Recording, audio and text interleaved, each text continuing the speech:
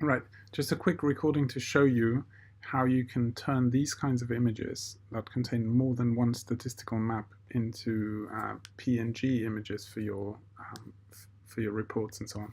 So one option you have here, which is not the best one, is you can just, once you've loaded up, say, a rendered thresholded ZStat image and add it through the standard way of adding a layer in here, another image, and change the color maps and so on.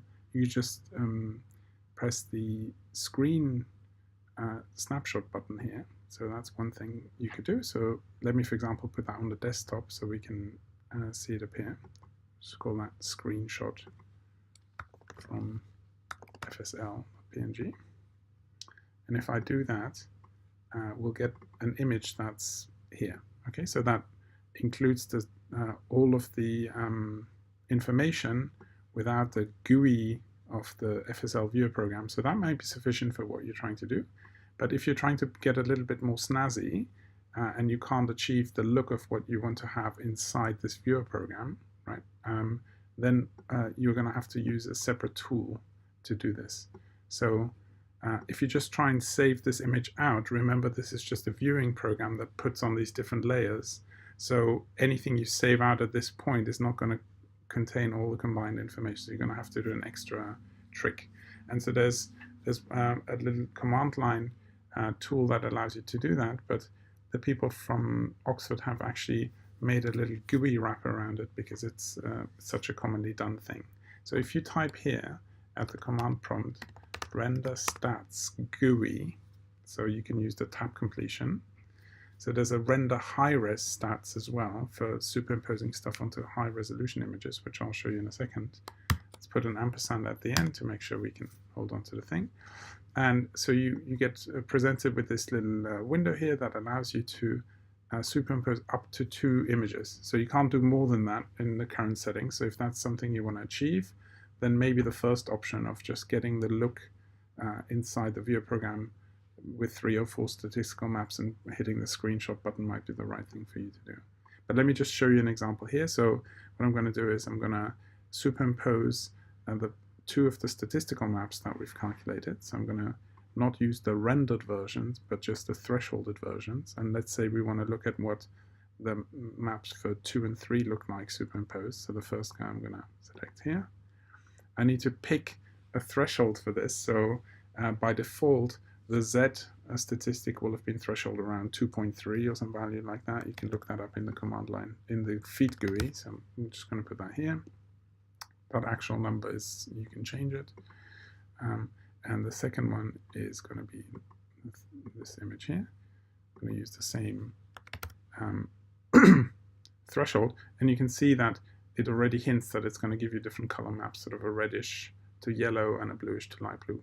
We also need to give it a background image. And so this needs to be of the correct size. So if you're rendering the statistical maps, then you could use, for example, the example func image. If you try and use a high resolution image, it will have different voxel sizes and will basically not be allowed to superimpose those 2 things together. You have to use that other tool that allows you to superimpose things and resample the statistical maps onto high resolution images. Okay, I'll put that here. And then we also need to decide on an output image. I'm just going to call that test rendering so we can identify it later. There's a couple of options here, solid or transparent colors. I'm not going to futz around with those. I'll just hit the go button and you'll see that all this does is produce a big long command with some numbers and thresholds in it and file names, and as an output produce this test rendering file, which I should be able to see in the current folder now. Okay, so there's a file, should be a file called testrendering.nii. Okay, so we can look at that one using FSL view, test rendering. I'll open up a new view window here. And it should contain 2 statistical maps now.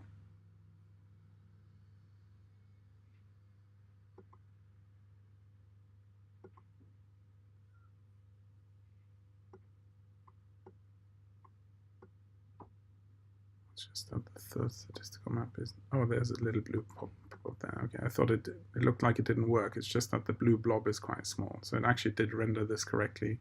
So there's two statistical images in here. You can see them. It's just that the one that's rendered in red and yellow contains much more stuff. Okay, so I'm just going to close that down. So that's a nifty image, but we want to turn that into PNG images. But we now have that image, so we can use Slicer to do this trick for us. Okay, so if I type Slicer here again, you can see this is the command line tool that turns nifty images into PNG images. And so one option you might want to have is the mid, sagittal, coronal, and axial slices. So that's a commonly used one. So I can type Slicer, test, rendering. I give it the option small a and a file name, and I'm just going to call that test image for report.png. Okay, that looks like it ran, and from in the Mac I can just use the open command here to open it up in the viewer program. Okay, so you see on these three slices you can't actually see the blue blobs. So maybe what you want to do is you want to sample every third or fourth slice. So we can try another option here for this slicer program. So I'm just going to go up here, press the up button twice, and say, actually for these maps we could even use all of the axial slices. I'm going to do capital A. I'm going to say don't make the image more than 1024 pixels wide, and then call this one test image all axial.png,